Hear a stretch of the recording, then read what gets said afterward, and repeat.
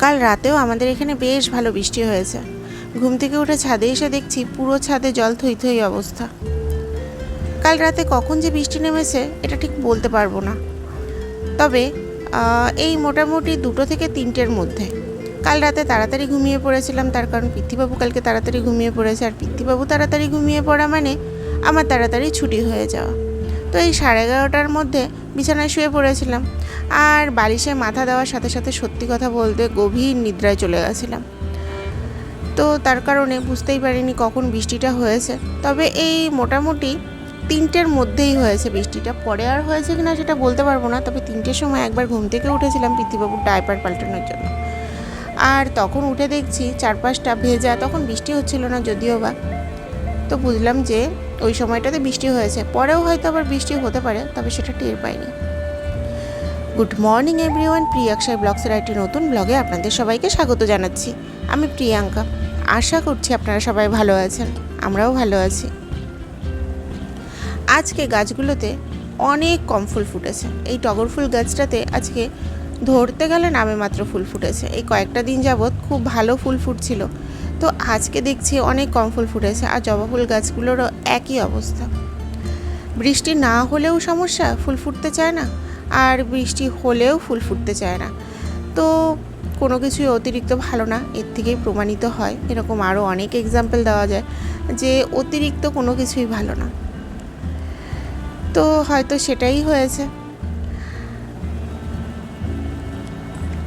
আর আশপাশটা এখন একদম নিস্তব্ধ, তার কারণ আশেপাশের বেশিরভাগ বাড়ির থেকেই মানুষ ঘুম থেকে ওঠেনি। আর এখন মোটামুটি 5:45 মতো বাজে। আর আজকে আমি একটু দেরি করেই ঘুম থেকে, দেরি বলতে ওই 5:30 তো বেজেই গেছিলো ঘুম থেকে উঠতে উঠতে।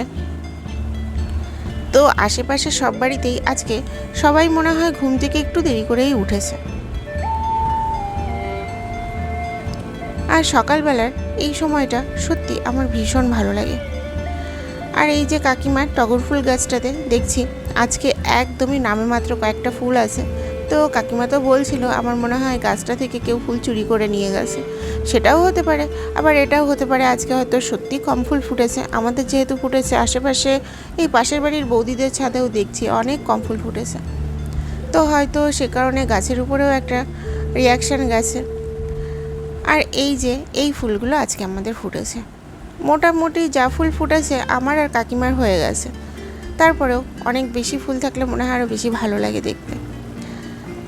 আর এটাও ঠিক কথা যে সকালবেলার ওই যখন পুজোর টাইমটা হয় তখন না খুব তাড়াতাড়ি করে পুজো দিতে হয়, তো বেশি ফুল থাকলে না সাজাতে অনেক টাইম লেগে যায়, কম ফুল থাকলে সাজাতে কম টাইম লাগে।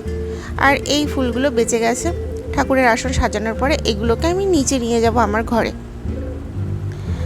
আর এই যে আমার পুজো করা কমপ্লিট হয়ে গেছে। মা আজকেও একটু বাইরে যাবে, একটু বাইরে মানে আমাদের একজন পরিচিতর কাছে একটা কাজ করতে দেওয়ার কথা ছিল, তো তার কাছে যাবে সেই জিনিসটা নিয়ে আসতে।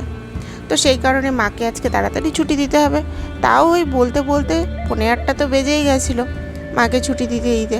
কাল যদিও বা তাড়াতাড়ি হয়ে গেছিলো, 7:30টার মধ্যে মাকে ছুটি দিয়ে দিয়েছিলাম। ছুটি বলতে ওই পৃথ্বীবাবুকে যে যখন সামলায় তখন সেটা তার কাজ, আর পৃথ্বীবাবুর দায়িত্ব যখন আরেকজন নিয়ে নেয় তখন অপরজনের ছুটি হয়ে যায়, এই আর কি। মানে পৃথ্বীবাবুটাই আসলে আমাদের কাজ। আর এই যে চারপাশটা কিন্তু বেশ ভালো রোদ উঠে গেছে। সকালবেলা এরকম একটা ওয়েদার দেখে আকাশে প্রচণ্ড আকারের মেঘ ছিল, আর প্রচণ্ড জল জমে গেছিলো চারপাশটাতে। তো ভেবেছিলাম হয়তো রোদ উঠবেই না, তো তারপরে আমাকে ভুল প্রমাণিত করে দিয়ে ভালোই কিন্তু রোদ উঠেছিল, তাও মোটামুটি ওই 8টা, 8:45টার দিকে। আর এই যে এটা আমাদের সকালবেলার ব্রেকফাস্ট, চা আর পরোটা। মা হয়তো অন্য কিছু করতো, কিন্তু না, আমার আজকে এটা খুব খেতে ইচ্ছে হচ্ছিলো। তো পুজো করে ঠাকুরঘর থেকে নেমেই মাকে বললাম মা পরোটা চা করো। আর এটা আমাদের আজকে দুপুরবেলার মেনু। আজকে আমাদের ছিল আলু পটলের তরকারি আর ডিমের ঝোল। আলু পটলের তরকারিটা আজকে করেছে, আর ডিমের ঝোল মানে এটা হচ্ছে ডাবল কুসুমের ডিম। আর এই ডিমের ঝোলটা কালকে করেছিল। ওই যে আমাদের বলেছিলাম না, একদিন রান্না করে আমরা 2 দিনও খাই। আর এখন তো তাও মা মোটামুটি টুকটাক রোজ দিনই রান্না করে। আগে তো কিছুদিন আগেও অনেক বেশি হতো যে একদিন রান্না করে আমরা 2-3 দিন খেতাম।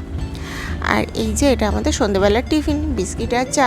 চা ছাড়া সকাল আর সন্ধ্যে সত্যিই অসম্পূর্ণ, চাটা মাস্ট লাগবে। অনেকেই আছে যে চা হয়তো লাগে না, আবার অনেকেই আছে যে দিনের মধ্যে 3-4 বার খায়। তো আমাদের অন্ততপক্ষে 2 বার লাগে, বিশেষ করে আমার। আর এই যে পিথিবাবু কালকে ভ্যাকসিন দিয়েছে, আর আজকে বেশ ফুরফুরেই আছে পিথিবাবু।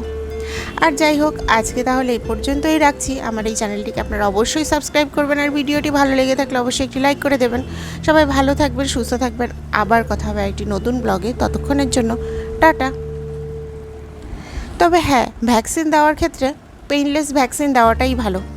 যদিও বা একটু খরচা বেশি পড়ে, কিন্তু বাচ্চাদের জ্বরটা আসে না, এটাতেই রক্ষে।